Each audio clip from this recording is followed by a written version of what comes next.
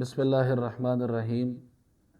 میرے لیے انتہائی قابل عزیز طلبہ کرام، جیسا کہ آپ کو معلوم ہے کل ہم نے تجوید کے حوالے سے یہ بات پڑھی تھی کہ تجوید کے مطابق قرآن مجید پڑھنا ہر مسلمان مرد اور عورت پر اتنا فرض عین ہے کہ کم سے کم نماز کے اندر جو تلاوت کی جاتی ہے وہ تلاوت اس کی صحیح اور درست ہو جائے۔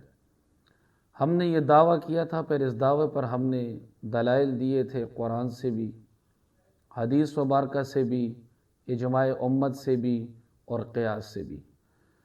آج ہمارا سیکنڈ لیکچر ہے تجوید کے مبادیات کے حوالے سے، کہ علم تجوید پڑھنے سے پہلے 5 چیزوں کو سمجھ لینا وہ بہت ضروری ہے۔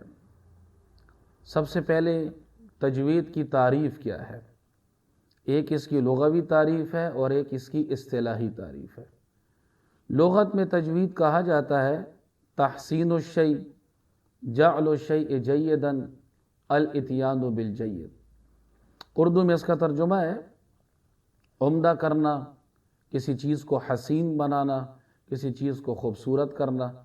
اور عربی گرامر پڑھنے والے طلبہ کرام اور حضرات اس کو جانتے ہیں کہ یہ جو تجوید ہے یہ باب تفعیل کا مصدر ہے، جود یجود تجویدن سے۔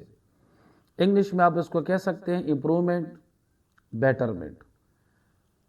تجوید کی اصطلاحی تعریف کیا ہے، ٹیکنیکل اس کی میننگ کیا ہے، پہلے میں عربی میں تعریف کر دیتا ہوں، پھر اس کی اردو میں بھی تعریف کر دوں گا، اور پھر انشاءاللہ انگلش میں بھی اس کی تعریف کر دوں گا۔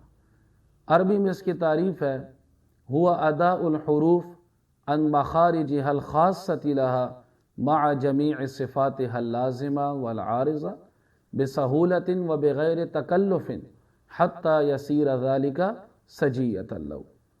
تجوید نام ہے ہر حرف کو اس کے خاص مخرج سے ادا کرنے کا، حرف کا جو خاص مخرج ہے اس کو وہیں سے ادا کرنے کا، اس کی تمام صفات کے ساتھ، صفات لازمہ کا بھی خیال رکھ کے، صفات عارضہ کا بھی خیال رکھ کے، تلاوت سہولت کے ساتھ ہو، بغیر کسی تکلف کے ہو، یہاں تک کہ تجوید کے قواعد کے مطابق تلاوت کرنا یہ ایک عام عادت بن جائے۔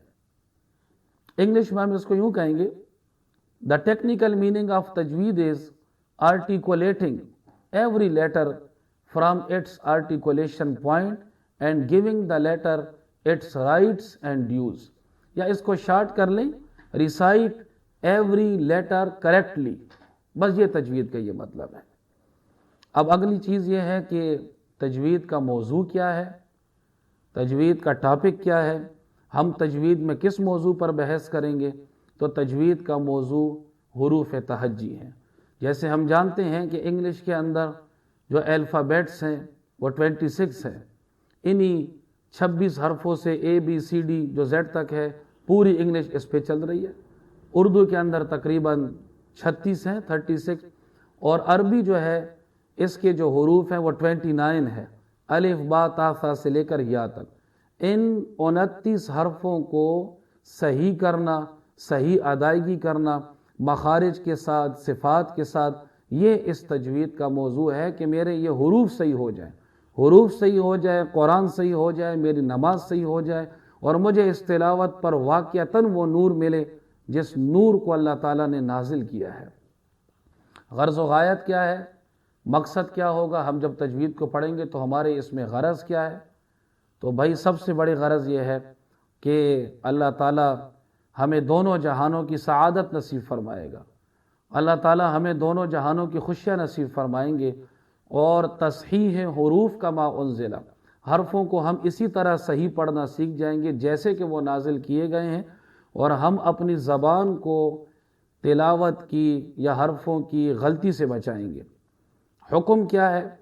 تجوید کا حکم آیا فرض ہے، واجب ہے، سنت ہے، مستحب ہے؟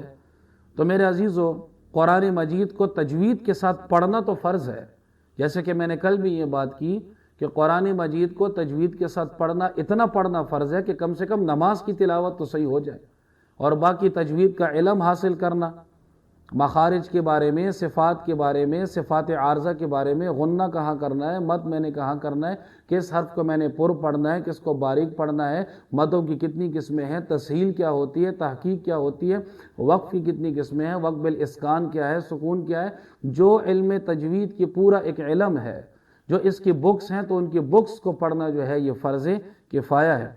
اس لیے فقہائے کرام نے لکھا ہے کہ اگر 48 میل کے اندر یعنی 78 کلومیٹر کے اندر اگر ایک ماہر تجوید، ایک قاری جو تجوید کو جاننے والا نہ ہو تو یہ 78 کلومیٹر کے درمیان جتنا مسلمانوں کا ایریا ہے یہ سب گناہگار ہے۔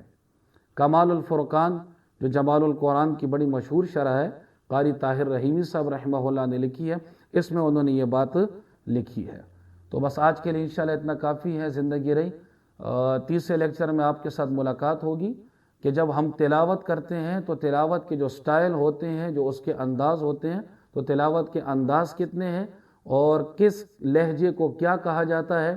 کچھ ہمارے نمازوں کے اندر سٹائل الگ ہوتا ہے، تراویح کا الگ ہوتا ہے، جب ہم سٹیج پر بیٹھتے ہیں، جلسوں میں بیٹھتے ہیں یا کسی جگہ پہ کوئی محفل ہوتی ہے وہاں کا سٹائل الگ ہوتا ہے، تو ہر سٹائل کے اپنے الگ الگ نام ہیں۔ زندگی رہے تو انشاءاللہ آنے والے لیکچر میں پھر ان سٹائل پر گفتگو کی جائے گی۔ جزاک اللہ خیراً، دعاؤں میں یاد رکھیے گا۔ السلام علیکم ورحمۃ اللہ وبرکاتہ۔